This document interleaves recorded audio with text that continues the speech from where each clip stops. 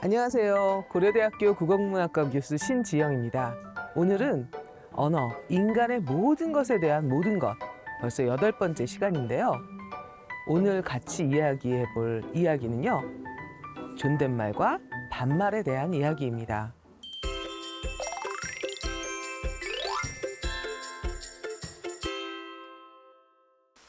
창밖에서 일어나는 이 일을 보고 어떻게 이야기하세요? 정답은 말할 수 없다입니다. 뭐라고요? 말할 수 없다고요? 이렇게 놀라는 분들이 계실 텐데요. 사실 이 창밖에서 일어나는 일을 누구에게 말하는지를 알지 못하면 우리는 말의 끝을 맺을 수가 없습니다. 그래서 말할 수 없다가 정답입니다. 창밖에서 일어나는 이 비가 오는 일을 우리는 상대가 누구인지에 따라서 창밖에 비가 와요 이렇게 말할 수도 있고요. 또 어떨 때는 창밖에 비가 와 라고 말할 수도 있습니다. 창밖에 비가 와요 라고 말할지 창밖에 비가 와 라고 말할지는 상대와 내가 어떤 관계인가에 따라서 달라지게 됩니다. 그러다 보니까 상대와 나와의 관계에 따라서 해를 할지 해요를 할지 존댓말을 쓸지 반말을 쓸지를 늘 고민하게 되죠.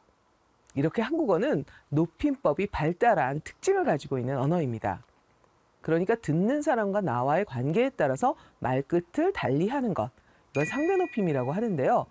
이 상대 높임은 말하는 사람과 듣는 사람의 서열을 계속해서 따져서 말을 결정하게 합니다. 우리는 높임법을 설명할 때 이렇게 이야기를 합니다. 보통 말하는 사람과 듣는 사람이 같을 때 혹은 말하는 사람이 듣는 사람보다 높은 사람일 때 우리는 이때 창밖에 비가 와 라고 반말을 쓸 수 있다. 반대로 말하는 사람이 듣는 사람보다 아랫사람일 때, 낮은 사람일 때, 손아랫사람일 때 우리는 반말을 해서는 안 된다. 높임말을 써야 한다. 이렇게 얘기를 합니다. 그래서 존댓말을 써서 창밖에 비가 와요 혹은 창밖에 비가 옵니다 와 같이 말해야 된다. 이렇게 한국어의 특징을 설명합니다. 한국어는 말하는 사람과 듣는 사람의 관계만 서열 관계를 따져서 말끝을 맺는 것이 아니고요. 또 다른 종류의 높임법이 존재합니다. 소위 주체 높임이라는 것인데요. 한국어의 높임법은 말하는 사람과 문장 안에 등장하는 주어와의 서열 관계도 따져서 말을 적절하게 해야만 문법에 맞는 말을 한다. 이런 특징을 가지고 있는 언어입니다. 문장 안에 주어로 등장하는 인물이 말하는 사람보다 높을 때 우리는 문장 끝에 있는 서술어에 시를 붙입니다. 그래서 선생님께서 오셔서라는 말에 시가 있는 이유는 말하는 사람보다 선생님이 높은 존재이기 때문에 오는 게 아니고 오시는 게 되는 것이죠. 자, 말하는 사람과 문장에 등장하는 주어만 따지는 것이 아니고요.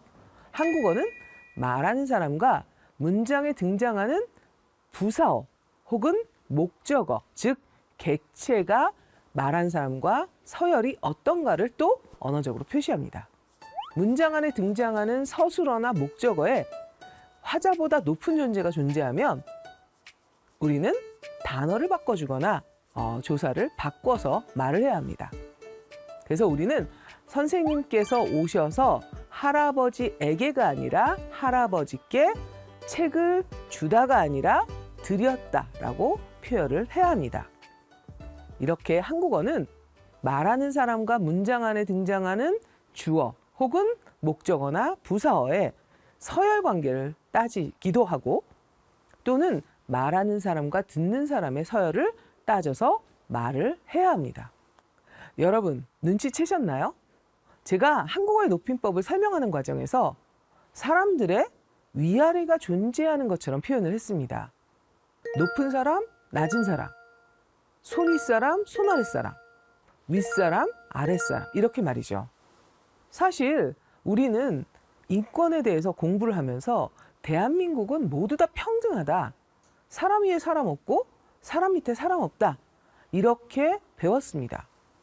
그런데 한국어의 높임법은 계속해서 사람의 서열을 따지게 합니다. 사실 이것 때문에 존댓말, 반말은 사회적 갈등의 아주 핵심 요소가 됩니다. 여러분 많이 아마 들어보셨을 겁니다. 경험해 보시기도 했고요. 알바생들에게 여러분이 알바를 하면서 뭐가 가장 상처를 받았나? 이렇게 설문조사를 했더니 과거의 조사나 현재의 조사나 늘 알바생에게 상처를 주는 1위는 야 알바! 하면서 반말을 하는 손님들이었습니다. 여러분은 어떻게 생각하시나요? 나이가 어리면 반말을 해도 된다. 이렇게 생각을 하시나요? 실제로 이러한 갈등 때문에 소송전이 일어난 적도 있습니다. 어느 편의점에서 70대 손님이 들어와서 담배를 사러 왔습니다. 알바생에게 담배 이름만 대면서 반말로 어떤 담배 이런 식으로 이야기를 한 거죠. 알바생은 지속적으로 반말로 응대하는 그 손님들에 대해서 화가 나 있던 상황이라서 그 70대 손님의 말이 너무 상처가 됐던 것입니다. 그래서 그냥 반말로 응대를 했죠. 2만 원 이렇게 말이죠. 그랬더니 그 70대 손님이 노발대발하면서 어디서 어린 놈이 반말을 하느냐 이렇게 얘기하면서 싸움이 시작됐습니다. 20대 알바생은 화를 참지 못하고 명예훼손으로 고소를 합니다. 여러분, 이렇게 언어가 굉장히 갈등 요소로 존재한다라는 것 우리가 심각하게 생각해 봐야 합니다. 자, 이제 설문조사를 해보겠습니다. 2가지 질문을 드리려고 하는데요. 각 질문에 여러분은 예라고 답하시는지 아니요라고 답하시는지 한번 생각해 보시기 바랍니다. 첫 번째, 상대에게 다짜고짜 반말로 말을 걸어본 적이 있다. 여러분, 예인가요? 아니요인가요? 2번째 질문을 하겠습니다. 다짜고짜 하는 상대의 반말로 불쾌한 경험이 있다. 여러분, 예 혹은 아니요 중에 어떤 답을 하셨나요? 이번에는 이렇게 질문을 던져보겠습니다. 다른 조건이 같다면 누가 더 반말을 많이 들을까요? 아동하고 성인, 남성과 여성, 장애인과 비장애인, 외국인과 내국인, 그들의 인권이 보호받고 있는가에 대해서 우리가 사회적 목소리를 많이 낸 쪽이 결국 더 많이 반말을 들을 것 같은 사람이구나 라는 것을 알 수 있습니다. 그런데 여러분, 옛날에도 그랬을까요? 옛날에도 나이 많은 사람은 나이가 어린 사람에게 반말을 써도 된다고 생각했을까요? 100년 전에도 그랬을까요? 나이보다 더 중요한 기준이 존재했죠. 바로 신분이었습니다. 그래서 옛날 소설들을 보면 아씨는 훨씬 나이가 어리지만 행랑어멈에게 반말을 씁니다. 행랑어멈은 나이가 훨씬 많지만 아씨에게 아씨라고 부르며 존댓말을 씁니다. 실제로 많은 기사를 보면 그 당시에도 이 존댓말 반말 때문에 일어나는 갈등이 신문에 그대로 드러납니다. 어떤 기사를 보면 양반 보고 반말을 했다고 화가 난 양반이 40명을 데리고 가서 곤봉으로 초가집을 무너뜨리는 이런 사건이 보도되기도 했고요. 또 나이가 많은 엿장수에게 경관이 반말을 해서 이 엿장수가 아무리 그래도 그렇지 나이가 이렇게 많은데 그렇게 경찰이라고 나에게 반말을 해도 되느냐, 그 경찰들이 나이가 많은 엿장수를 폭행하는 그런 사건이 벌어지더라, 이런 기사도 만날 수가 있습니다. 이처럼 한국어 문법은 고정된 것이 아닙니다. 언어는 고정불면의 진리가 아닙니다. 언어는 사회적 약속일 뿐이죠.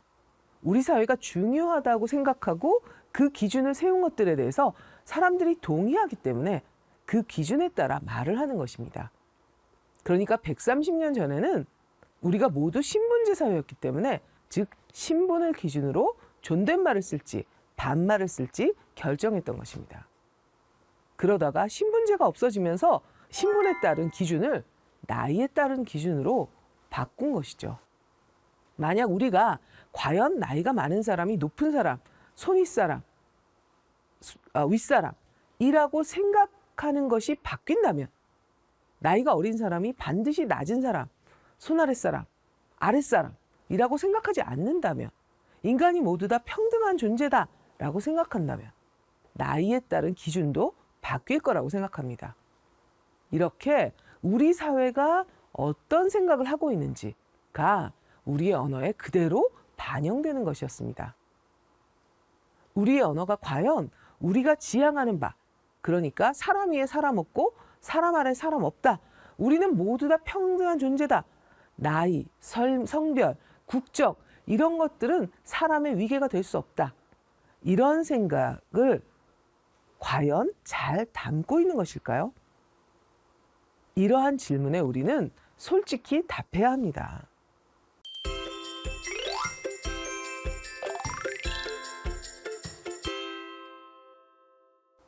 사회적 갈등 요소가 되고 있는 이 존댓말과 반말. 그렇다면 우리가 한번 통일을 해보면 어떨까요? 여러분, 이제 반말과 존댓말 중에 하나만 쓴다. 이렇게 생각하고 어떤 말을 선택할지 생각해 볼까요? 존댓말로 통일을 하는 게 좋을까요? 반말로 통일하는 게 좋을까요? 사실 이 질문은 지금 제가 던진 질문이 아닙니다. 무려 100년 전에 이미 이런 질문을 던진 분이 계십니다.